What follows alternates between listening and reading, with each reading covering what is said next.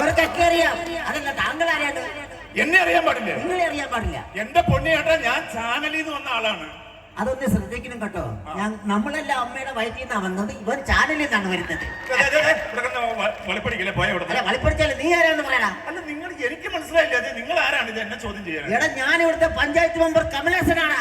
ഇപ്പോഴാണ് എനിക്ക് മനസ്സിലായത്. അതായത് ഈ ഇലക്ഷനിൽ നിന്നിട്ട് സ്വന്തം ഭാര്യയുടെ വോട്ട് പോലും കിട്ടാതെ തോറ്റുപോയ കമലഹാസൻ. അതല്ലല്ലോ എന്റെ ചോദ്യം. നീ ആരോട് ചോദിച്ചിട്ടാണ് എന്റെ പ്രോപ്പർട്ടി കയറി പരിപാടി നടത്തുന്നത്? എന്റെ പൊന്നു ചേട്ടാ, ഇത് നിങ്ങളുടെ പ്രോപ്പർട്ടി ആണെന്ന് അറിയാം. ഞാൻ ഇവിടെ സ്റ്റേജിൽ കെട്ടിക്കോട്ടെന്ന് അനുവാദം ചോദിക്കാൻ വേണ്ടി നിങ്ങളുടെ വീട്ടിൽ വന്നു. എന്നെ കാണണമെങ്കിൽ എന്റെ തറവാട്ടിൽ വരണടാ. തറവാട്ടിലാണ് വന്നത്. ഷാപ്പിലോ? ഇതാണ് പുള്ളി 24 മണിക്കൂറും പുള്ളി ഷാപ്പിലാണ്. ചേട്ടാ, ഞാൻ നിങ്ങളുടെ വീട്ടിൽ വന്നു. എന്നിട്ട് അന്നേരം നിങ്ങൾ അവിടെ ഇല്ലായിരുന്നു, നിങ്ങളുടെ ഭാര്യ അവിടെ ഉണ്ടായിരുന്നു. അപ്പൊ ഞാൻ ചേച്ചിയോട് ചോദിച്ചു, ചേച്ചി സമ്മതിച്ചു. അതാണ് അവിടെ കുഴപ്പം. നാട്ടുകാർ എന്ത് ചോദിച്ചാലും അവള് വാരിക്കോരി കൊടുക്കും. സ്വന്തം ഭർത്താവായി ഞാൻ ചോദിച്ചാ വീട്ടിൽ വന്നപ്പോ ചേച്ചി കുറെ കാര്യം നിങ്ങളോട് പറഞ്ഞിരുന്നു. എന്നതാ പറഞ്ഞത്? ഇപ്പൊ ഞാൻ കാര്യം ചോദിച്ചോ, നിങ്ങൾ മദ്യപിച്ചിട്ടില്ല ഇപ്പൊ സ്റ്റേജിൽ കയറി വന്നേക്കണം അല്ലേ? ഈ മദ്യം എന്ന് പറഞ്ഞാൽ എന്താണെന്നറിയോ? മദ്യപിക്കുന്ന എല്ലാവർക്കും വേണ്ടി ഫ്രീ ആയിട്ട് ഞാനൊരു ഉപദേശം തരാൻ വേണ്ടി പോവാണ്. ഈ മദ്യം എന്ന് പറഞ്ഞാൽ സാത്താന്റെ മൂത്രമാണ് മദ്യം. സാത്താന്റെ മൂത്രമാണ് മദ്യം. ആണോ? ഈ സാത്താനെ ഒന്ന് കിട്ടാൻ മാർഗമുണ്ടോ? അല്ല, വീട്ടിൽ കൊണ്ട് നിർത്താൻ ആവശ്യമുള്ളവ മുള്ളിച്ച് കഴിക്കാമല്ലോ. വെറുതെ വെയിലത്ത് പോയി ക്യൂ നിന്ന് ബീവറേജിന് സാധനം വാങ്ങിക്കേണ്ട കാര്യമില്ലല്ലോ. ഇതാണ് നന്നാവില്ല പുള്ളി, ഒരിക്കലും നന്നാവില്ല. ഒരു സംശയം ചോദിച്ചോട്ടെ? സംശയമാണ് ചോദിച്ചോ, ഞാൻ നല്ല വൃത്തിക്ക് പറഞ്ഞു തരാം. ഈ സാത്താനെ ബിയറും വൈനും ഉള്ളൂ.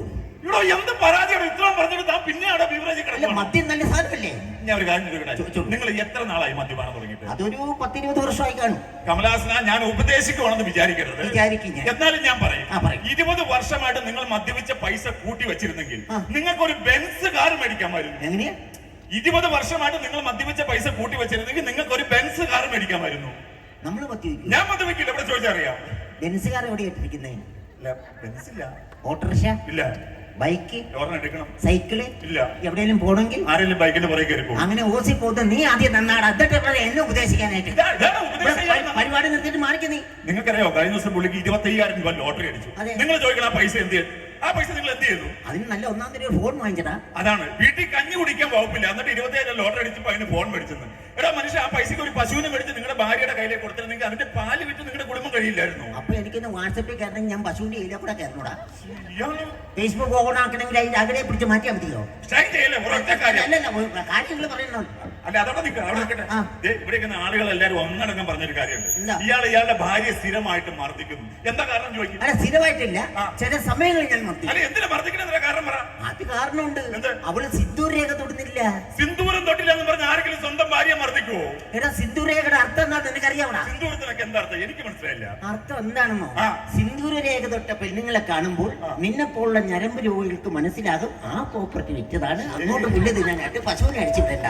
അതാണ് സിന്ദൂർ രേഖ. നിങ്ങൾ തെറ്റിദ്ധരിക്കരുത്. നിങ്ങൾ സ്ത്രീകളെ അധിക്ഷേപം സംസാരിക്കണം. സ്ത്രീകളെ ആരെ അധിക്ഷേപിച്ചു? സ്ത്രീകളെ അധിക്ഷേപം സംസാരിക്കരുത്. അധിക്ഷേപിച്ചില്ല. ഞാൻ സ്ത്രീകളെ കുറിച്ച് ഞാൻ ഒരു ഉദാഹരണം പറഞ്ഞുതരാം.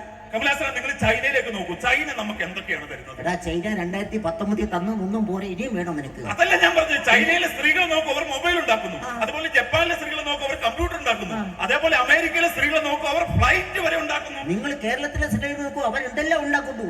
അച്ചപ്പം, ഊത്തപ്പം, കൊള്ളപ്പം, എന്നിട്ട് അത് വീടുകൾ തോറും കയറി ഇറങ്ങി വിൽക്കുന്നുണ്ട്. അവരങ്ങനെ വിൽക്കുന്നതുകൊണ്ടാണ് ഇയാളെ പോലുള്ള ഒരു 3 നേരം വെട്ടി പിരിങ്ങുന്നത്. അതിനുള്ള നന്ദി ഞങ്ങൾ കാണിക്കുന്നു. എന്ത് നന്ദിയാണോ ഒന്ന് പറയാം. എന്ത് നന്ദിയാണ്? അവര് തൊഴിലുറപ്പിന് പോകുമ്പോൾ കയ്യിൽ അട്ട കടിക്കാതിരിക്കാൻ ഞങ്ങളുടെ ഫുൾ കൈ ഷർട്ടാണ് കൊടുക്കുന്നത്. അതിന്റെ തന്നെ അവർക്കൊന്നും ചോദിച്ചു നോക്കും. എന്നാലും പുള്ളിക്ക് പണിക്ക് പോകാൻ പറ്റത്തില്ല. എനിക്ക് പറ്റിയില്ല, എനിക്ക് വേർപ്പിന്റെ അസ്ഥിതിയുള്ള. അതാണ് വേർപ്പിന്റെ കേസ് പറഞ്ഞ് വീട്ടിൽ കുത്തിപ്പിടിച്ചിരിക്കുകയാണ്. ഈ പുള്ളിയുടെ ഭാര്യയോട് അറിയോ എന്ത് ആസ്തിയുള്ള വീട്ടിലെ ചേച്ചെന്നറിയോ? ഈ പുള്ള ഭാര്യ, ഈ പുള്ളി ഉണ്ടല്ലോ, അവരുടെ വീട്ടിൽ റബ്ബർ വെട്ടാൻ വേണ്ടി ചെന്നിട്ട് ആ പുള്ളിക്കാരിനെ അടിച്ചു മാറ്റിക്കൊണ്ട് പോകും. റബ്ബർ വെട്ടാൻ പോയതല്ല, ഞാൻ ഒട്ടുപാല് പറിക്കാൻ പോയപ്പോ അവൾ എന്റെ കൂടെ ഒട്ടി പോന്നു. ഒട്ടി പോന്നു. അതെ, ആ ചേച്ചിയുടെ വീട്ടിലെ ആസ്തി എന്ന് പറഞ്ഞാൽ നിങ്ങൾക്കറിയോ? അവരുടെ വീട്ടിലെ ഒരു ബാത്റൂം എന്ന് പറഞ്ഞാൽ 10 ലക്ഷം രൂപ വില വരും. അങ്ങനത്തെ 10-15 ബാത്റൂം ഉണ്ട് ഈ പുള്ളിയുടെ ഭാര്യ വീട്ടിൽ. അതാണോ വലിയ കാര്യം? നീ എന്റെ ബാത്റൂം കണ്ടിട്ടുണ്ടോ? ഇല്ല. 1 കോടി രൂപ വില നിൽക്കുന്ന ബാത്റൂം, അതും ഫുൾ എയർ കണ്ടീഷൻ. അതേതാണ്? ചേരും ചേട്ടൻ റബ്ബർ തോട്ടം. അവിടെ നിന്ന് പൊക്കി പിടിച്ചിരിക്കണം. കായിട്ട് എലിയൊക്കെ പോകുന്നതെന്ന് അറിയാൻ പറ്റുമോ? അങ്ങനെ കാട് കയറണ്ടേ? അങ്ങനെ കാട് കയറണ്ട. കവിയെ സ്വീകരിക്കുന്ന ചടങ്ങ് നടക്കുകയാണ്. അലമ്പുണ്ടാക്കത്തില്ല. പെട്ടെന്ന് അയാളെ വിളിക്കുക, സ്വീകരിക്കുക, കളിയാക്കുക. എനിക്കിവിടെ കപ്പഴുണ്ടാണ്. ആയിക്കോട്ടെ, സമ്മതിച്ചു. പ്രിയമുള്ളവരെ, ഞാൻ ആദ്യമേ പറഞ്ഞ പോലെ തന്നെ നിങ്ങളുടെ ഈ നാട്ടിലെ ഒരു കവി ഇവിടെ എത്തിയിട്ടുണ്ട്. നിറഞ്ഞ കയ്യടി കൊടുത്തുകൊണ്ട് മഹാകവി പോത്തനട്ടയെ നമുക്ക് വേദിയിലേക്ക് സ്വാഗതം ചെയ്യാം. പോത്തനട്ട തൂലികാനാമാണ്. എല്ലാവർക്കും തിമിരം, നമ്മൾക്കെല്ലാവർക്കും തിമിരം. മങ്ങിയ കാഴ്ചകൾ കണ്ടു മടുത്തു. കണ്ണടകൾ വേണം, കണ്ണടകൾ വേണം. നമസ്കാരം. ഇതാണ് പോത്തനിട്ട. ഇതൊരുമാതിരി ഊച്ചനിട്ടെ പോലെ ഉണ്ടല്ലോ. പുള്ളി മദ്യപിച്ചിട്ട് അല്ല, പോത്തനിട്ട അതിന്റെ തൂലികാനാമാണ്. എന്റെ തൂലികയെ പിടിച്ച് കളിക്കുന്നു. ഞാൻ വരുന്നില്ല നിങ്ങളുടെ പുള്ളിയെ പിടിക്കാനായിട്ട്. മാഷ് വന്ന സ്ഥിതിക്ക് കവി രണ്ട് വാക്ക് നമ്മുടെ ഈ ആളുകളോട് ഒന്ന് സംസാരിക്കണം പ്ലീസ്. പ്രിയമുള്ളവരെ, ഈ നിറഞ്ഞ സദസ്സ് കാണുമ്പോൾ ഒരു വാക്ക് പറയാതെ എനിക്ക് മുന്നോട്ട് പോകാൻ സാധ്യമല്ല. നാം ഒരു കാര്യം ചിന്തിക്കണം. നാം ജീവിക്കുന്ന ഈ സമൂഹം ഇന്ന് കൂറ്റിരുട്ടിലാണ്. ഇപ്പോഴോ വെട്ടമുണ്ട്. 15 രൂപയുടെ ക്ലാസ് മാറ്റി മൂത്ത് വെച്ചിട്ട് കൂറ്റാക്കുരിട്ടാണ്. അയാൾ പറയുന്നല്ലോ ന്യായം വേണ്ടേ? പുള്ളിയെ കാര്യാക്കണ്ട. പുള്ളിയുടെ സ്ഥലത്താണ് സ്റ്റേജ് കെട്ടിക്കണം. അതുകൊണ്ടാണ് കാര്യാക്കണ്ട. മാഷ് സംസാരിക്കും പ്ലീസ്. പ്രിയമുള്ളവരെ, പൊറോട്ട ആർട്സ് ആൻഡ് സ്പോർട്സ് ക്ലബിന്റെ പൊറോട്ട അല്ല, beef. Beef arts and sports ക്ലബിന്റെ പൊറോട്ടയും ബീഫൊന്നുമല്ല. പത്തിരി കോഴിക്കറിയാണ്. ആണ്ട കൊതിപ്പിക്കാൻ ഓരോ പലഹാരത്തിന്റെ പേര് വിളിച്ചു പറയുന്നു. പത്തിരിയും കോഴിക്കറി അല്ല, ഇത് Shambhu arts and sports club. എന്റെ പേരാണ് ഇത്. എന്താണ് ശംഭുതക്കാരെങ്കിൽ ക്ലബിന് പേരിടും? കവി അതെന്നെ സംഭവം അറിയോ? നമ്മുടെ ഈ ക്ലബിന്റെ ഒരു പ്രവർത്തകൻ ശംഭു വെച്ച് ക്യാൻസർ വന്ന് മരിച്ചുപോയി. അപ്പൊ പുള്ളിയുടെ ഓർമ്മയ്ക്ക് വേണ്ടി നമ്മൾ ഇട്ടിരിക്കുന്നതാണ് Shambhu arts and sports club. പിന്നെ പരിപാടിക്ക് വരുന്നത് കവിയുടെ ഒരു 2 വരി കവിത നമ്മുടെ ആളുകൾക്ക് വേണ്ടി ഒന്ന് പറയണം. പ്രിയമുള്ളവരോട് വന്ന സ്ഥിതിക്ക് നിങ്ങൾക്ക് എവർക്കും വേണ്ടി എനിക്ക് വളരെ വേണ്ടപ്പെട്ട ഒരു സംഭവം ഞാൻ ഇവിടെ ഉരുവിടാം. ഊരി ഇടുന്നത് കൊള്ളാം, പോകുമ്പോൾ അത് എടുത്തോണ്ട് വെക്കണം. അല്ലാതെ ആരാനെ ചേച്ചിട്ട് പട്ടി അതും കടിച്ചോണ്ട് അങ്ങോട്ട് ഇങ്ങോട്ട് നടക്കണം. നമ്മളെ കണ്ടു വരും. അതിനകത്ത് ഊരിയിടാൻ പോകുമെന്ന് പറഞ്ഞു. പിന്നെ എനിക്ക് വളരെ വേണ്ടപ്പെട്ട കവിതയുടെ 2 വരി ഉരുവിടാം, ചൊല്ലാം, പാടാം. അപ്പൊ അത് വ്യക്തമായിട്ട് പറയാം. അങ്ങനെ പറയാം. നമുക്ക് കവിതയിലേക്ക് പോകാം. പ്രിയമുള്ളവരെ, കവിതയിലേക്ക് കടക്കുമ്പോൾ ഒരു അപേക്ഷയുണ്ട്. ഈ ഫ്രണ്ടിൽ അംഗീകരിക്കുന്ന കൊച്ചുകുട്ടികൾ, വൃദ്ധന്മാർ, വൃദ്ധകൾ, അറ്റാക്ക് വന്നവർ, വരാൻ സാധ്യതയുള്ളവർ, ഗർഭിണികളുണ്ടെങ്കിൽ പ്രത്യേകിച്ചും ഒരു 50 മീറ്റർ പുറകിലേക്ക് ഇറങ്ങി സഹകരിക്കുക പ്ലീസ്. അതിന് ഇവിടെ ബോംബിട്ടിട്ടാണ് കഥ പറയാൻ പോകുന്നത്. അല്ല, പുള്ളി പുറകോട്ട് എന്റെ കവിത കേൾക്കുമ്പോൾ ഈ കൂടിയിരിക്കുന്ന ജനങ്ങളുടെ കണ്ണിൽ നിന്നും കണ്ണുനീർ ധാരധാരയായി ഒഴുകും. അപ്പൊ വായിൽ മുളക് കൂടി ഇട്ടോണ്ടാണല്ലേ? ഒന്നും പറയില്ലല്ലോ. അത്രയ്ക്ക് ദുഃഖസാന്ദ്രമായ കവിതയാണ് ഞാൻ ആരംഭിക്കാൻ. ഓ, അങ്ങനെയാണ്. കവിത കേൾക്കുമ്പോൾ സങ്കടം സഹിക്കാൻ വയ്യാതെ ഒരു പൊട്ടിക്കറി.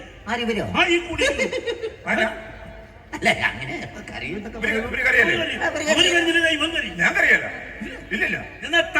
എന്റെ അച്ഛൻ മരിച്ചിട്ട് ഞാൻ കരഞ്ഞില്ല, പിന്നെ ഇതിന് കറിയാൻ പോകുന്നു. 1000 രൂപ വെച്ച്.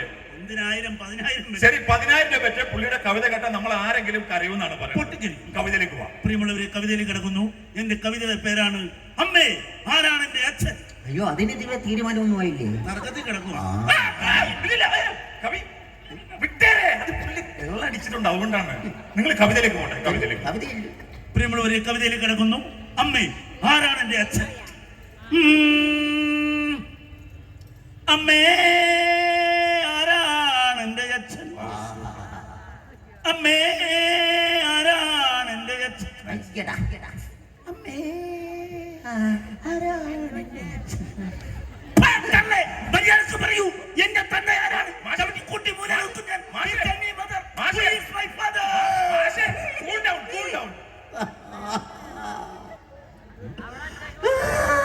അവതാരക ഇവിടെ കണ്ട് പട്ടി വെച്ച് കിടക്കുന്നു. അയ്യോ, പട്ടി കിടക്കല്ല. നിങ്ങളുടെ കവിത കേട്ടിട്ട് കമലാസൻ കരയുന്നതാ.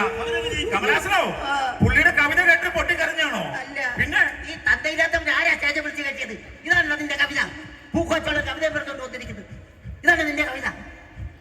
കവിത വൃത്തിയായിട്ട് പറഞ്ഞ അമ്മ എന്റെ അച്ഛൻ ആരാണ് പോലും. അതെ, ഈ കവിത വേണ്ട. ഈ കവിത ശരിയാവില്ല. നിങ്ങൾ കഴിഞ്ഞ ദിവസം ഇവിടെ ഈ തൃശ്ശൂർ അപ്പുറം ഒരു പുഞ്ചിരി എന്ന് പറഞ്ഞ ക്ലബിന്റെ പരിപാടിക്ക് ഗംഗ എന്ന് പറഞ്ഞ പാട്ട് പാടി. അങ്ങനത്തെ പാട്ട് പാടി. ആ സിനിമ പാട്ട് മതി. അത് മതി. ഗംഗ പാടിയെങ്കിൽ നല്ലൊരു പ്രോത്സാഹനം കൊടുത്തിട്ട് പാടട്ടെ. കൂടുതലായ കയ്യിൽ പോകും. അത്ര മതി, പാട്. അപ്പൊ ഗംഗ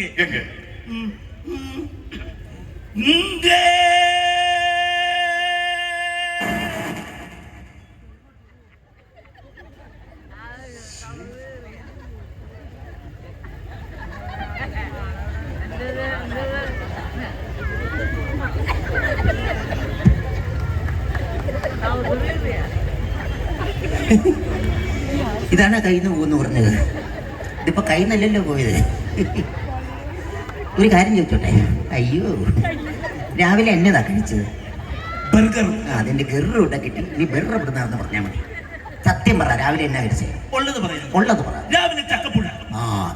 പിന്നെ ഉച്ചക്ക് ചക്കക്കുരു സാമ്പാറും കൂട്ടി ഊണ് കഴിച്ചു. പിന്നെ ഇങ്ങോട്ട് പോരാൻ നോക്കിയപ്പോൾ 3 ചക്കക്കുരു മൂല കിടക്കുന്നു. അത് ചുട്ടുന്നു. അങ്ങനെയും ചെയ്തോ? എടാ, ഞങ്ങളുടെയൊക്കെ നാട്ടിൽ ഇഷ്ടംപോലെ ചക്കയും ചക്കക്കുരു ഒക്കെ ഉണ്ട്. ഇങ്ങനെ വാരി പിടിച്ച് ആരെയും തിന്നുവോ? കമലാസൻ അങ്ങനെ ചക്കക്കുരു അധിക്ഷേപിക്കരുത്. ആരെ അധിക്ഷേപിച്ചു? ഇവിടെ ക്യാൻസർ തടയാനുള്ള സംഭവം ചക്കക്കുരു എന്ന് കണ്ടുപിടിച്ചിട്ടുണ്ട്. ആദ്യം ചക്കക്കുരു തിന്നിട്ട് വരുന്നതിനെ തടയാനായിട്ട് എന്തെങ്കിലും കണ്ടുപിടിക്കുക, അതിന് ശേഷമാണ് ക്യാൻസറിന്റെ കണ്ടുപിടിക്കുന്നത്. കറക്റ്റ് ആണ്. എന്നെ ഊരിയടാ പിന്നെ ഈ പുള്ളിയിലൊക്കെ എന്നാ ചെയ്യണ്ട കമലാസ, എന്നാ ചെയ്യണ്ട? പിന്നെ പറഞ്ഞു വിട്, അതല്ലാതെ വേറെ മാർഗ്ഗമില്ല. അല്ല ഒരു പണിയാ, ആ. അതിന് ഗംഗയെ കയ്യിൽ പോയി. പോവാ. കൈ നല്ലല്ലോ അത് പോയത്. ഒരു കാര്യം പറഞ്ഞോട്ടെ, നിന്നെ ഇന്ത്യയുടെ അതിർത്തി കൊണ്ടുവന്നു. അതിനകത്ത് ഇന്ത്യക്ക് പിന്നെ ശത്രുക്കളെ ഉണ്ടാക്കത്തില്ല, എന്റെ ആ ഓടി പൊക്കോളും. ഗംഗയെ പോയി. ആ. ഹരിമുരളിനെ ഒന്ന് കീറ്റിയാലും. നിന്റെ ഗംഗ ഇതാണെങ്കിൽ ഹരിമുരളിയുടെ എന്തായിരിക്കും ഇവിടെ? അതെ, കവി, കവി, എത്രയും പെട്ടെന്ന് സ്റ്റേജ് കാര്യമൊക്കെ എനിക്ക് കപ്പലിട്ടാണ് സുഹൃത്തെ. എന്റെ പൊന്നെ, കപ്പ ഇട്ടോ കുഴപ്പമില്ല. നിങ്ങളൊരു കയ്യടി കൊടുത്ത് ഈ പുള്ളിനെ ഒന്ന് പറഞ്ഞു വിടും. ഞാൻ ഇതിന്റെ പുറകെ തന്നെ ഉണ്ട്. ഇനിയും വരും. ഇനി ആ ഇടയ്ക്കിടയ്ക്ക് ഞാൻ വന്നോണ്ടേ ഇരിക്കും. ഓക്കെ, അപ്പൊ കമലാസന് നല്ലൊരു കയ്യടി. അപ്പൊ എല്ലാം പറഞ്ഞ പോലെ ഞാൻ തൊട്ട് വയക്കിലുണ്ട്.